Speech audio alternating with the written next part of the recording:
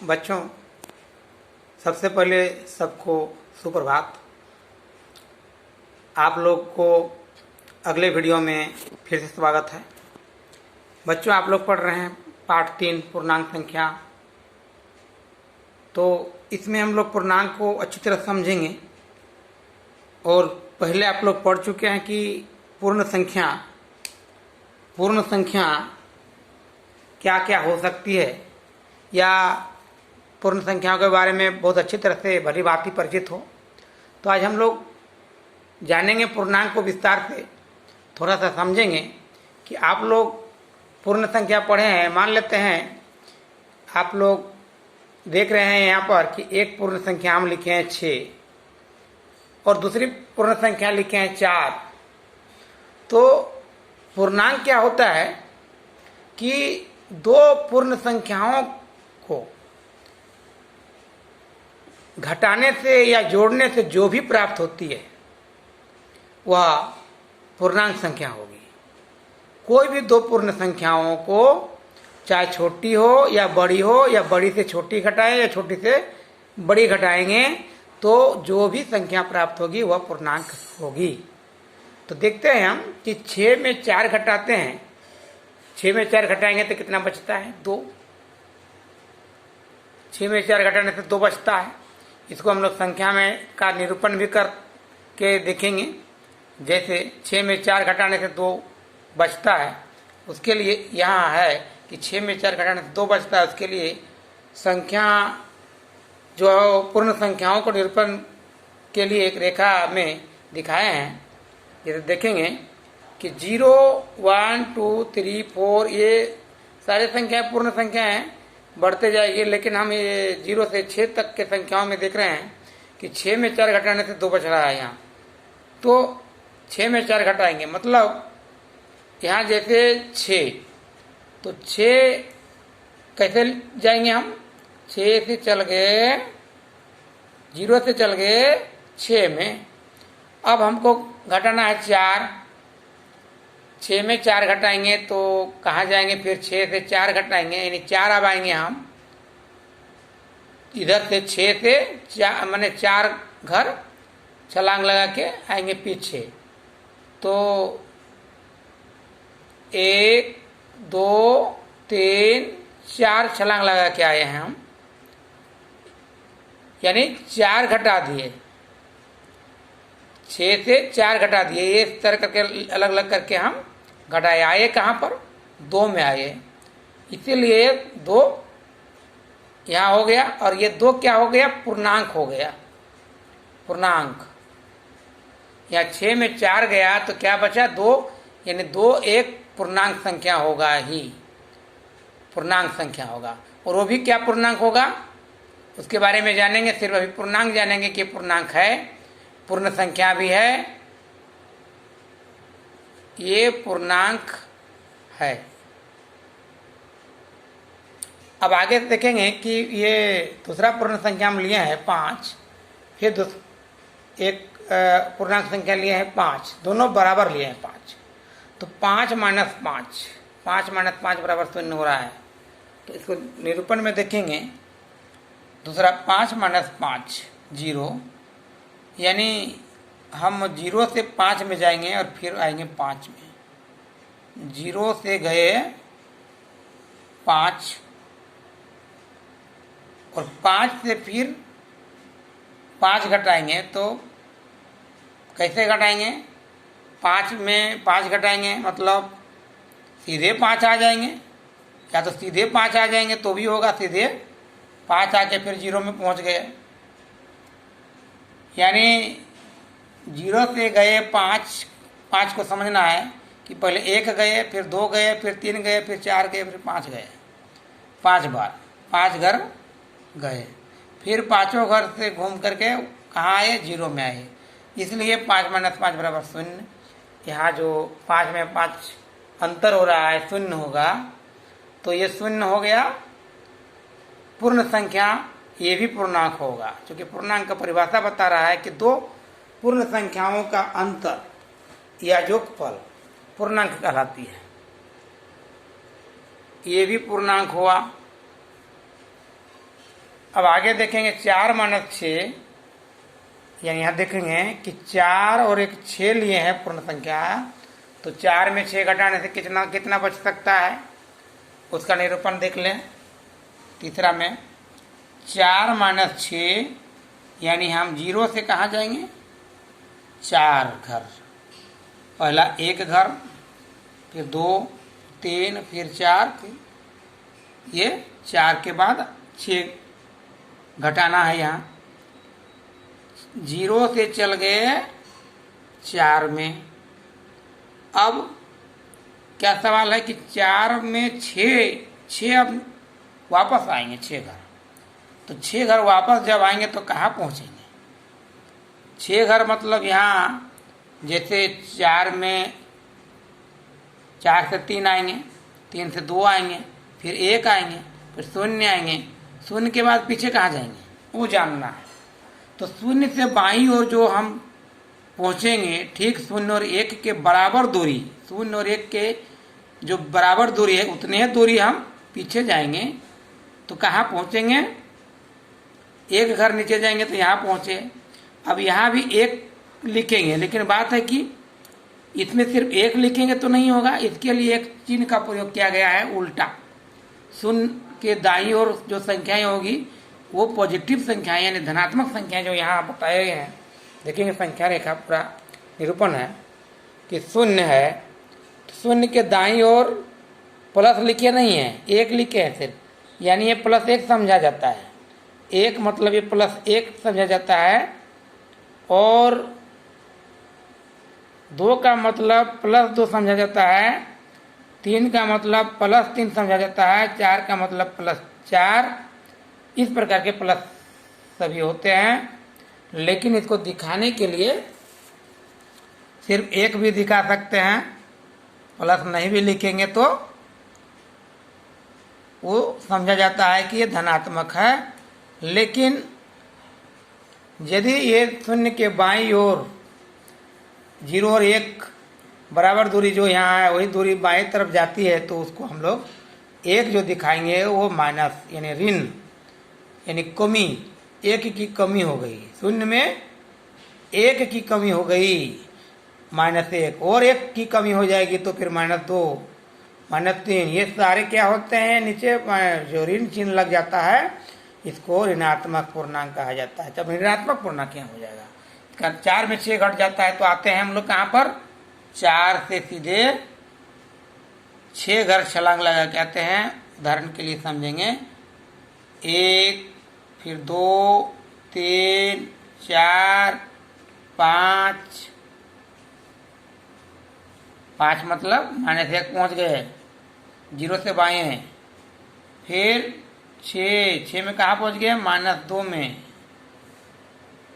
तो ये -2 में पहुंच गए, यानी 4 में 6 घटाने से कितना हो गया, -2 पूर्णांक आया, जो पीछे की ओर चले गए। आगे की ओर जाएंगे तो प्लस चिन्ह होता है, पीछे की ओर जाएंगे तो माइनस चिन्ह होता है।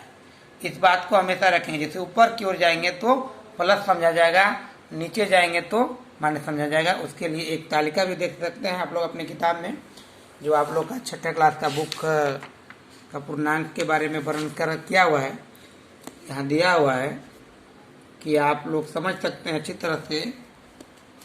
यहाँ दिया हुआ है क्या, विभिन्न विपरीत स्थितियों में जो है चिन्ह का प्रयोग जो हुआ है, विभिन्न स्थितियों के लिए चिन्ह क्या है, प्लस देख रहे हैं चिन्ह है और माइनस है। तो प्लस किन के साथ हो सकता है, ऊंचा रहेगा तो, लाभ रहेगा तो प्लस चिन्ह हो सकता है।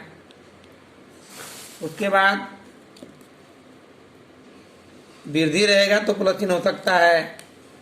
वृद्धि के बाद दाएं जाएगा, देखिए दाएं जाएगा तो प्लस चिन्ह हो सकता है।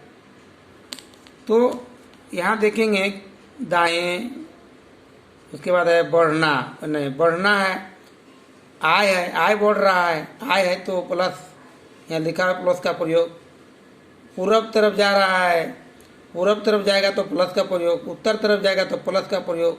0 डिग्री से ऊपर जैसे हुआ तो तापमान हुआ तो इसमें भी प्लस का प्रयोग। इस प्रकार आगे बढ़ने वाला काम जो होगा वो प्लस का प्रयोग करेंगे वहाँ। जैसे माइनस में क्या होता है, ऊंचा के जगह नीचा प्रयोग करेंगे, नीचे जाएगा तो माइनस। लाभ के जगह में हानि होगा तो माइनस का प्रयोग। वृद्धि की जगह में ह्रास होगा तो माइनस का प्रयोग। दाएं के जगह पर बाएं का प्रयोग होगा तो माइनस का प्रयोग। बढ़ना में घटना तो माइनस। आय का यदि है, आय नहीं होता है, व्यय होता है, खर्चा होता है तो माइनस में गया। पूरब के जगह पर पश्चिम हुआ तो पश्चिम का संकेत होने से ही माइनस का प्रयोग होगा। अच्छा, उत्तर के उत्तर यदि है तो उत्तर ना होकर यदि दक्षिण हो जाएगा तो भी माइनस समझा जाएगा कि माइनस हो गया। तो इस प्रकार 0 डिग्री से नीचे भी जैसे तापमान होगा कोई भी समय या टाइम या तापमान, तो वो माइनस में संकेत के रूप में इसको लिखा जाता है और उसे ऋणात्मक पूर्णांक कहते हैं। ऋणात्मक पूर्णांक। और तो यहाँ पर क्या सीखे कि हम लोग ये जान गए कि पूर्णांक में जो होते हैं वे 2 प्रकार के होते हैं, जिसमें एक शून्य छूट जाता है। एक शून्य को छोड़ करके जो संख्याएं होती है बाएं, शून्य के बाईं ओर और ऋणात्मक पूर्णांक, और शून्य के दाईं ओर होती है वो धनात्मक पूर्णांक होती है। और शून्य सिर्फ एक पूर्ण संख्या या पूर्णांक है जो न तो धनात्मक है और न ऋणात्मक है। इस बात को हमेशा याद रखें। शून्य एक धनात्मक संख्या नहीं है और न ऋणात्मक संख्या है। ये न तो ऊपर की बात जाता ऊपर जाता है न नीचे, बिल्कुल एक जगह पर ओरिजिन में है। इसलिए सिर्फ पूर्णांक है, पूर्ण संख्या है। छोटी सबसे छोटी पूर्ण संख्या भी आप लोग पढ़ चुके हैं, यही है। तो आप लोग इस वीडियो में जान गए कि यहाँ पूर्णांक क्या होता है, इसको जान लें। पूर्णांक कोई पूछे कि पूर्णांक किसे कहते हैं बताइए, तो आप यही कह सकते हैं कि पूर्ण संख्या से एक बड़ा मतलब ये ज़्यादा संख्या हो सकती है। पूर्ण संख्या आप लोग पढ़े होंगे, शून्य से लेकर के शून्य से अधिक जितने भी संख्याएं आती है पूरा उसके बारे में, पूर्ण संख्या के बारे में भली बात ही सीखे हैं।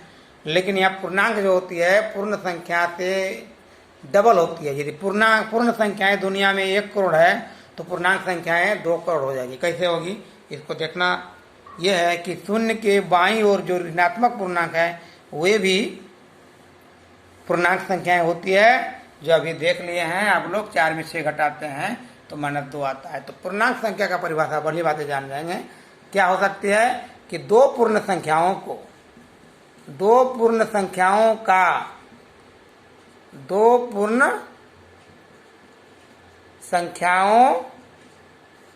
का अंतर, जिसको घटाव बोलते हैं, या जोगफल। अभी हम लोग जोग को भी सीख लें। 2 पूर्ण संख्याओं का अंतर होगा, जितना भी होगा। जैसे अभी हम लोग 6 में 4 घटाए 2 बचा, ये पूर्णांक संख्या होगा।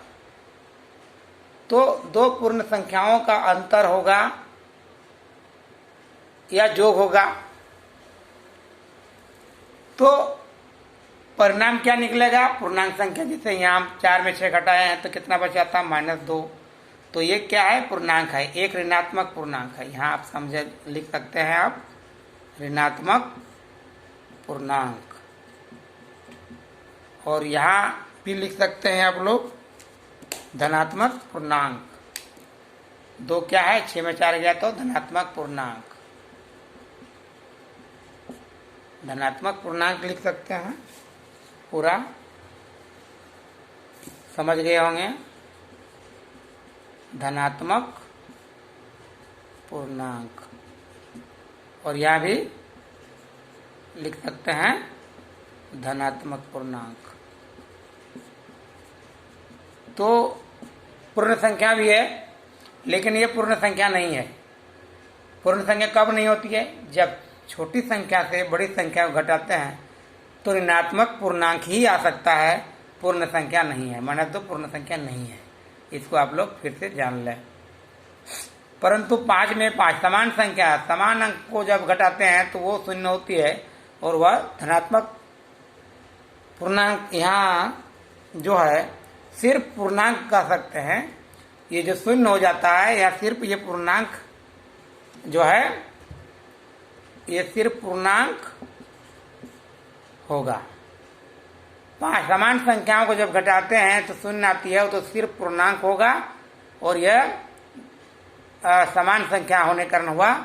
लेकिन यदि बड़ी संख्या से छोटी संख्या घटाते हैं तो वह धनात्मक पूर्णांक होगा।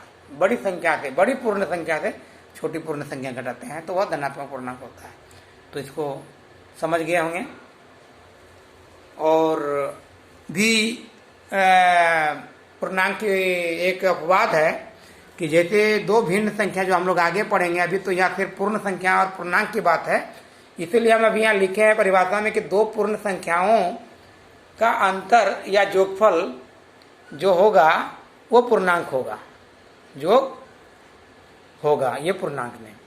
तो ठीक है बच्चों, आप लोग इस वीडियो में अभी इतना ही सीखेंगे। अगले वीडियो में हम लोग जाएंगे, उस समय आप लोग एक्सरसाइज 3.1 को हल करके सीखेंगे और फिर आगे देखते जाएंगे। तो आप लोग जो है आज इस वीडियो में क्या क्या सीखे वो जान लें। आज पार्ट 3 का जो एक दूसरा वीडियो है, इसमें आप लोग पूर्णांक का परिभाषा जान गए। तो पूर्ण संख्याओं का अंतर या जोगफल कुछ भी होगा, या ये क्लियर है कि दो पूर्ण संख्याओं का जोगफल या अंतर पूर्ण संख्या ही आएगा। पूर्ण संख्या, पूर्णांक संख्या आने का कोई और भी तरीका है जो आगे सभी संख्याओं को जान लेंगे। अभी इतना जाने कि दो पूर्ण संख्याओं का जोगफल या अंतर पूर्णांक होगा, ये जान गए। दूसरा, आप लोग दो पूर्ण संख्याओं का अंतर जान गए कैसे निकालते हैं कि 6 में 4 गया, तो संख्या रेखा में निरूपण के साथ सीख गए होंगे कि कैसे बचता है, कैसे ऋणात्मक संख्या आता है। ये ऋणात्मक संख्याओं को जान गए, धनात्मक संख्याओं को भी जान गए, ऋणात्मक संख्या उसके बाद एक शून्य पूर्णांक है ये भी जान गए। तो इतना ही आज का वीडियो। धन्यवाद, थैंक यू।